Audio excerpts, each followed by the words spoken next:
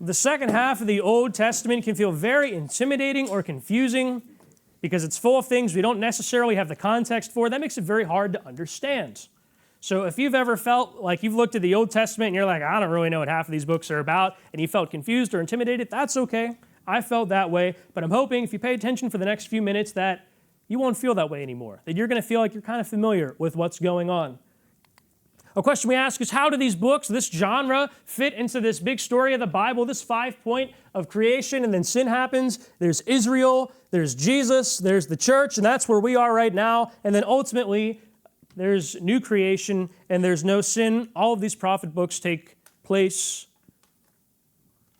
during the Israel time. Some talk about the very end times, like Daniel. We'll talk about that later. But it all happens in real time during the Israel time.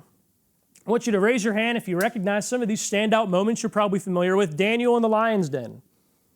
You've heard of this story before. Most of us are familiar with that. What about Jonah and the great fish, whatever that was? Hopefully a megalodon. That'd be super cool, right? What about the fiery furnace? 3 guys go in, 4 guys come out. They're not burned up. Those are all stories in the prophet books. But aside from these 3 stories and maybe a few others, the group of books in the Bible known as the prophets, they're often neglected, right?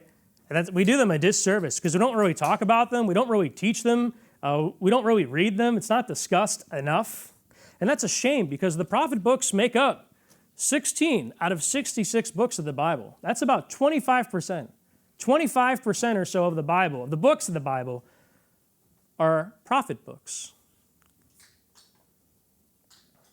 We are under a curse, pain, and brokenness, and death. The prophets point us to the only one who can set us free, to the Messiah.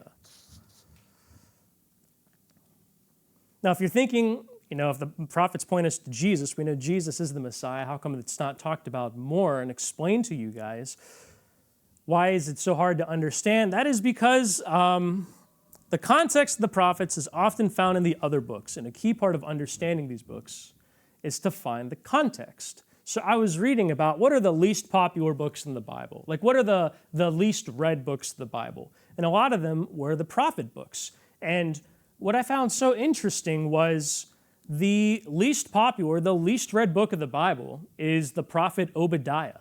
Now what's crazy about that is Obadiah is 1 chapter long. It is one of the shortest books of the Bible, 21 verses. And yet most people don't read it, because it's kind of hard to understand. See, Obadiah talks to the Edomites, but it doesn't tell you who those people are. You have to look back to Genesis. We'll just use Obadiah as an example, because a lot of the prophet books are kind of like this. They address a people, maybe it's Israel, maybe it's some other nation. Edom was south of Israel, and it addresses Edom, doesn't tell us who they are, doesn't tell us really why God is upset with them and going to punish them, but ultimately bring some type of justice out of the situation. It just tells you that this is going on. When you look back in Genesis, you find out, okay, you've heard of Jacob and Esau. I know you've heard of Jacob because Jacob becomes renamed Israel, and his sons become the tribes of Israel.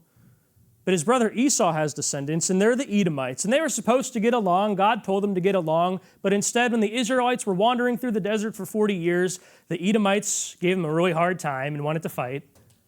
And the Israelites were supposed to treat the Edomites like family, but they don't really do that. They're not really nice. So when part of Israel gets attacked, Edom doesn't help them, and instead helps the attackers.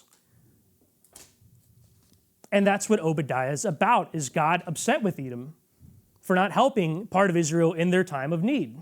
But it doesn't give you the context. You find this context in the other books of the Bible, like I said, in Genesis or in the other history books. And this is what the prophets are like. They tell you about things, it's messages for people groups or for specific people, but you have to find the context in the other books.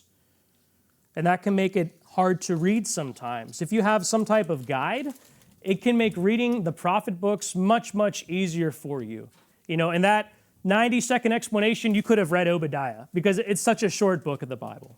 So hopefully, maybe today, maybe this week, you can read Obadiah, find 2 minutes, and you will get through the entire book of Obadiah. And now you have the context, it'll make a lot more sense to you.